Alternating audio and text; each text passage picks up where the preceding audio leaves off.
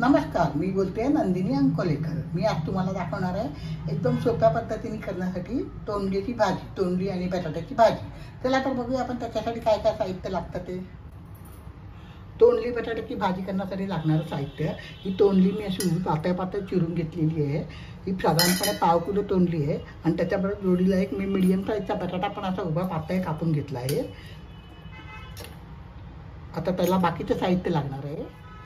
1 teaspoon राई घेतली आहे, 1 टीस्पून जिरं, अर्धा टीस्पून हिंगाची पावडर, 1 टीस्पून हळद, 1 टेबलस्पून मिरचीची पावडर घेतलेली आहे। ही आपल्या आवडीनुसार तुम्ही कमी जास्त करू शकता। 1 टेबलस्पून धणे जिरे पावडर, 1 टीस्पून गूळ घेतला आहे। ह्या भाजीला थोडासा गूळ टाकला की याची चव सुंदर होते।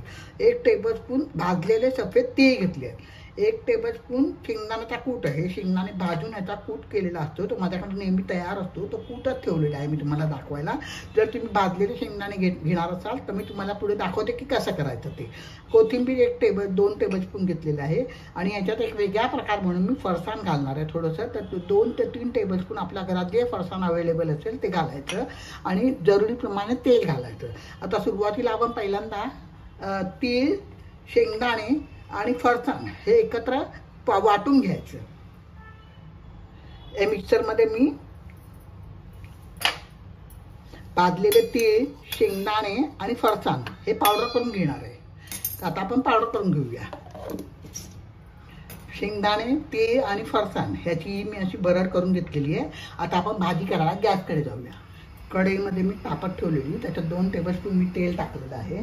आता त्याच्यात आपल्या आपण फोडणीचे साहित्य एक टाकत जाऊया। राई टाकली मी,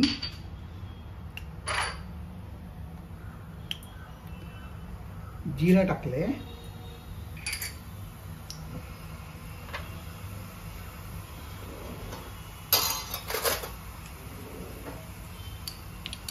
हिंग टाकते,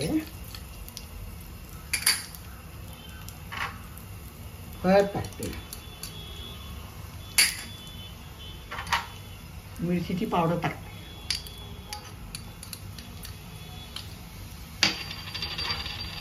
धणे जिरे पावडर टाकते। त्याला आता तेलात परतूया। गॅस एकदम बारीक ठेवायचा आणि तोंडली टाकायची आणि हे बटाटे पण टाकायचे आपण त्याच्याबरोबरच। वरखाली करून चांगला मसाला मिक्स करूया।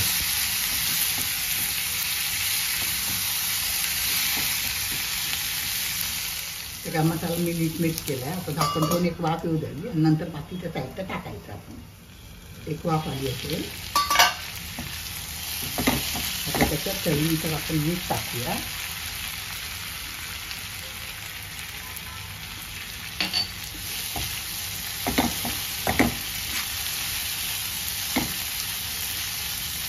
थोडासा पाण्याचा हक्का मारूया, अगदी 2 चमचे वगैरे असा हक्का मारायचा, म्हणजे भाजी खायची लागणार नाही आणि मंद गॅसवरती भाजी शिजली जाईल। भाजी शिजली का ते बघूया आपण। मध्ये मी 2-3दा वर खाली केलं आहे, म्हणजे भाजी खालची लागत नाही। एक वेगळ्याच फरसाणची टेस्ट असल्या कारणाने वेगळी टेस्ट येते या भाजीला। तर तुम्ही करून बघा। माझ्या चॅनलवर नवीन असाल तर सबस्क्राईब करा, शेअर करा, मित्रमैत्रिणींना शेअर करा। बटाटा शिजला आहे, तोंडली थोडीशी शिजायची आहे, तर आपण थोडा वेळ परत एकदा वाफ येऊ देऊ। मग बाकीचं साहित्य आपण टाकायचं त्याच्यामध्ये। भाजी शिजली का ते बघूया आपण आता।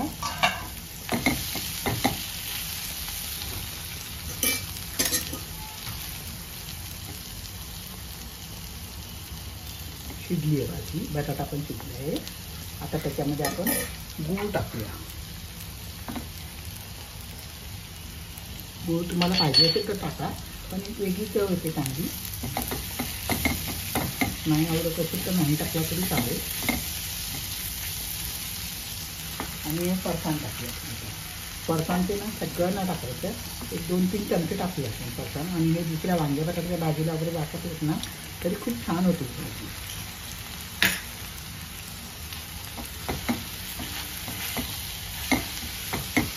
मिक्स करूया मीठ,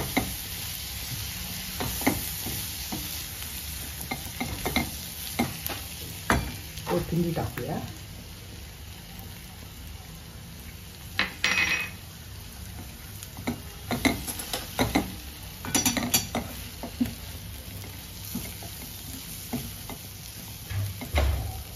परत एक वाफ येऊ द्यायची.